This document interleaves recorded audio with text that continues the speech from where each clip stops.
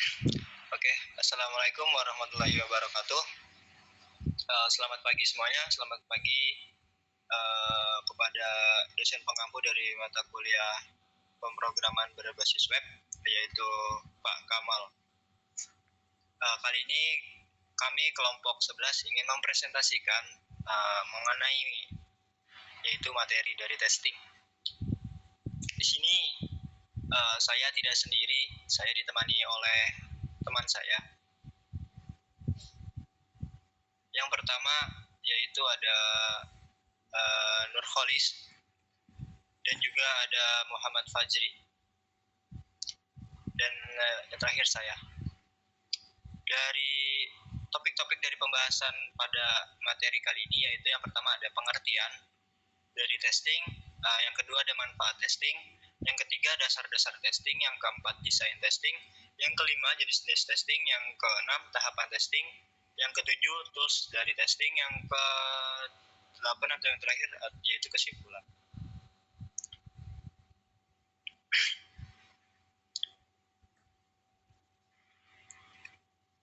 Oke, yang pertama yaitu adalah pengertian yang akan dipaparkan oleh saudara Fajri.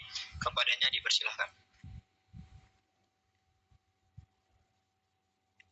Baik, terima kasih moderator. Di sini saya akan menjelaskan tentang pengertian dari testing itu sendiri. Menurut Hetzel 1973, testing adalah proses pemantapan kepercayaan akan kinerja program atau sistem sebagaimana yang diharapkan. Terus menurut Myers 1979, testing adalah proses eksekusi program atau sistem secara intens untuk menemukan error. Terus menurut ANSI atau IEEE tahun 1059, testing adalah proses menganalisa suatu entitas software untuk mendeteksi perbedaan antara kondisi yang ada dengan kondisi yang diinginkan atau defects, error, or bugs, dan mengevaluasi fitur-fitur dari entitas software. Next.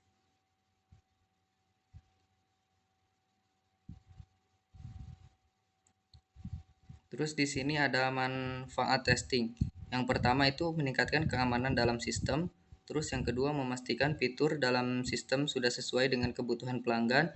Terus yang ketiga menemukan kompatibilitas sistem dengan berbagai perangkat dan platform. Next.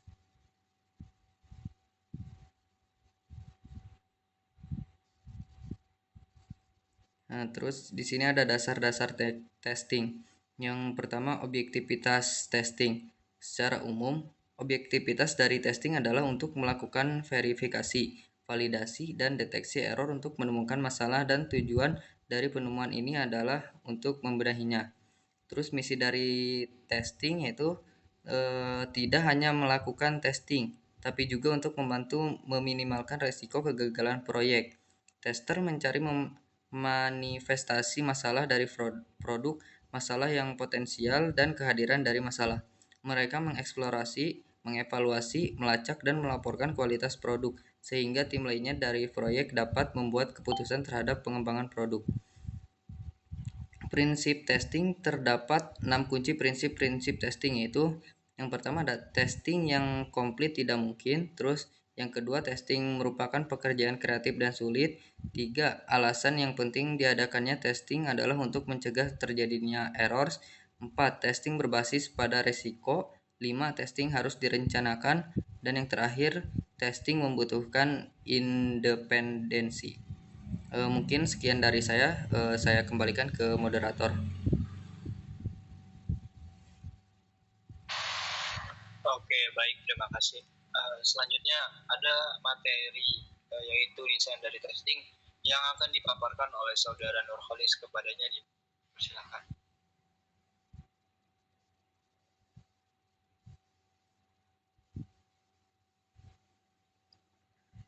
Baik, untuk selanjutnya di sini saya akan menjelaskan tentang desain dari testing. Yang pertama di sini ada white box testing, kadang disebut juga glass box testing atau clear box testing, yaitu suatu metode desain test case yang menggunakan struktur kendali dari desain prosedural. Metode desain test case ini dapat menjamin yang pertama yaitu semua jalur atau path yang independen atau terpisah dapat dites setidaknya sekali tes. Yang kedua, semua logika keputusan dapat dites dengan jalur yang salah dan atau jalur yang benar. Yang ketiga, semua loop dapat dites terhadap batasannya dan ikatan operasionalnya. Yang keempat, semua struktur internal data dapat dites untuk memastikan validitasnya. Yang kedua, di sini ada black box testing. Untuk black box testing ini berfokus pada kebutuhan fungsional pada softwarenya. Berdasarkan pada spesifikasi kebutuhan dari software, dengan adanya black box testing, perekayasa software dapat menggunakan sekumpulan kondisi masukan yang dapat secara penuh memeriksa keseluruhan kebutuhan fungsional suatu program. Black box testing ini bukan hanya teknik alternatif daripada white box testing. Lebih daripada itu, ia merupakan pendekatan pelengkap dalam mencakup error dengan kelas yang berbeda dari metode white box testing. Selanjutnya ada gray box testing. Untuk gray box testing ini yaitu perpaduan antara black box testing dengan white box testing. Pengujian dari gray box testing ini biasanya digunakan untuk meninjau kesalahan konteks tertentu yang ada di dalam sebuah sistem website. Selanjutnya untuk jenis-jenis testing, yang pertama di sini ada sistem testing. Sistem testing ini dilakukan sesering mungkin untuk memastikan sistem sudah berfungsi dan telah memenuhi persyaratan atau user requirement. Yang kedua ada unit testing. Selanjutnya unit testing ini dilakukan oleh quality assurance. Unit testing ini dilakukan untuk pengujian unit-unit terkecil. Yang ketiga ada integration testing.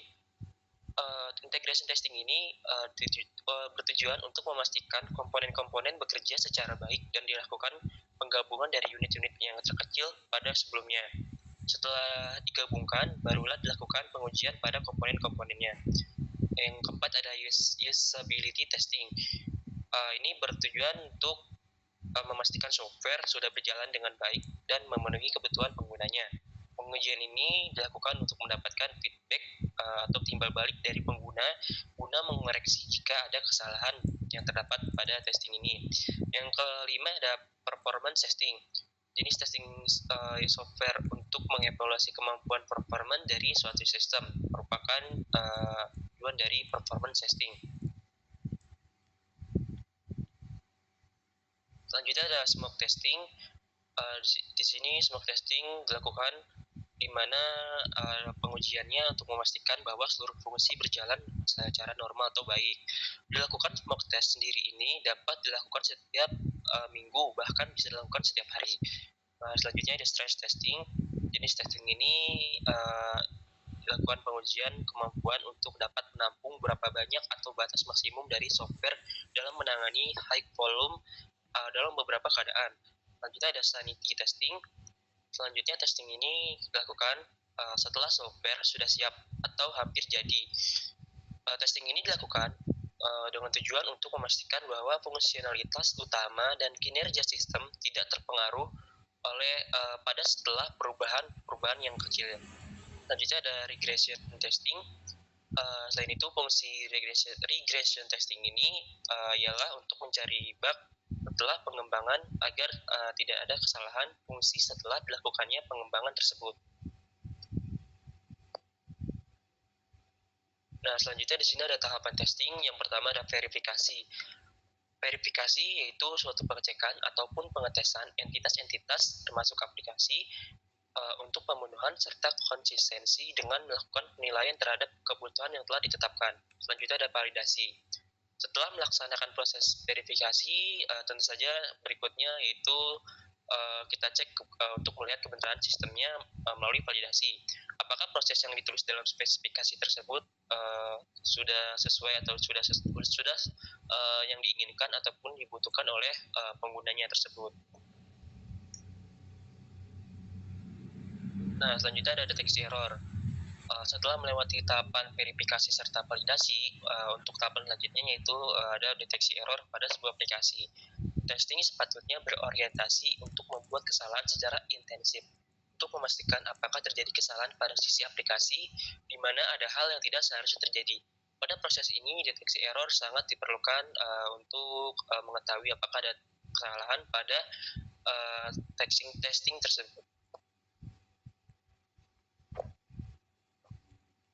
Untuk materi selanjutnya saya kembalikan kepada moderator.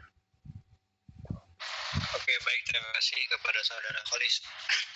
Selanjutnya ada materi tools testing yang akan saya paparkan sendiri. Yang pertama ada JUnit, yaitu tools unit testing untuk bahasa pemrograman Java. Yang kedua ada NUnit, yaitu framework unit testing untuk bahasa pemrograman .NET. Yang ketiga ada JMockit, yaitu tools unit testing berbasis open source. Yang keempat ada EIMMA atau EMA, yaitu tools untuk menganalisis dan melaporkan kode dalam bahasa pemrograman Java. Yang kelima ada PHP Unit, yaitu tools unit testing untuk PHP programmer. Nah, next.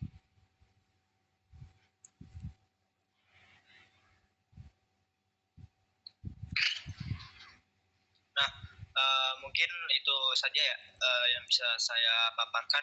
Selanjutnya yaitu ada kesimpulan dari materi testing. Testing merupakan proses validasi dan verifikasi pada program perangkat lunak dengan tujuan memastikan aplikasi atau produk memenuhi persyaratan bisnis dan teknis. Testing memiliki 3 desain untuk pengujian perangkat lunak, seperti white box, black box, dan gray box. Dengan adanya pembahasan seperti ini, tentunya programmer lebih menyadari bagaimana caranya untuk melakukan testing di setiap perangkat lunak. Testing memiliki 9 jenis, yaitu system setting, unit testing, integration testing, usability testing, performance testing, smoke testing, stress testing, sanity testing, dan regression testing. Nah, mungkin itu saja yang bisa kami paparkan pada kelompok 11. Sebelumnya mohon maaf apabila ada kata-kata yang kurang berkenan atau masih banyak materi yang kurang. Sekian dari saya sebagai moderator. Wassalamualaikum warahmatullahi wabarakatuh.